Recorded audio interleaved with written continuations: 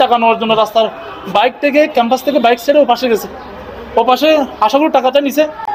টাকা নেওয়ার সাথে সাথে যে হাটে ডান পাশে চলে গেছে, ডান পাশ থেকে আফসারও বাম পাশে আসবে, ওই সময় গাড়িতে উঠছে দুজন, তৎক্ষণিক মানে খবর পেন একটা ট্রাক যেটা বল মেরে দিয়ে মানে দুজন একসাথে। আমাদের যে অফিস সহকারী ছিল মামুন, আমাদের স্টুডেন্ট, ওই মামুন পড়ে গেছে।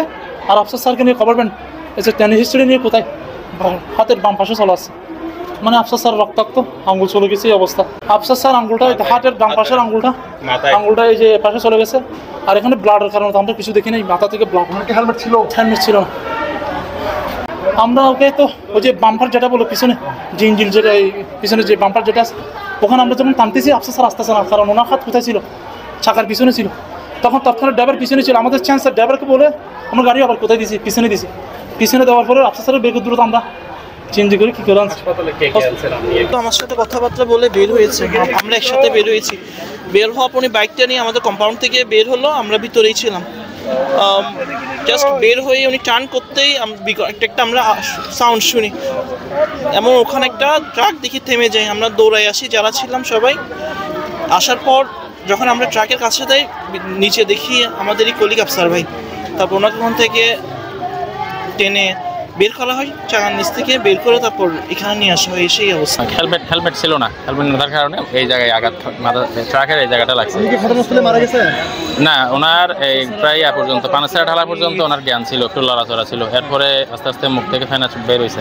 বিয়ে মানে প্ল্যান করতেছে যে আসলে বিয়েতে কিভাবে যাওয়া যায়।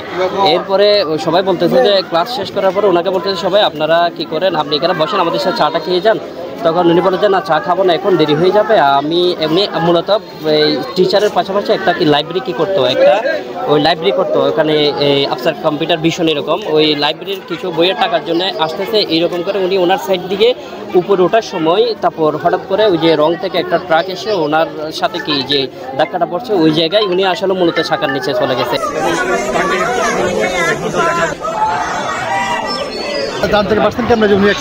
গাড়ি আওয়াজ হয়েছে ঢাকা। আমরা তখন রাবাতার ক্যাম্পাসের ভিতরে ক্যান্টিনের সামনে ছিলাম, উনি রাস্তাতে, আমরা ক্যাম্পাসের ভিতরে স্পষ্ট দেখা যাচ্ছে। তখন ট্রাক আরেকটাকে টার্নিংয়ের মধ্যে ক্রস করতে গিয়ে ট্রাক আর অন্য ট্রাকে মোটরসাইকেলকে ধাক্কা দিয়ে একদম বালিকা মাদ্রাসার গেটে নিয়ে আসছে। 1 মিনিট মতো কথা বলে ওই গাড়িটা ফেরানোর জন্য গিয়া করে দাঁড় করে আছে। উনি মোটরসাইকেল উনি ছিল, উনি ড্রাইভ করতেছে।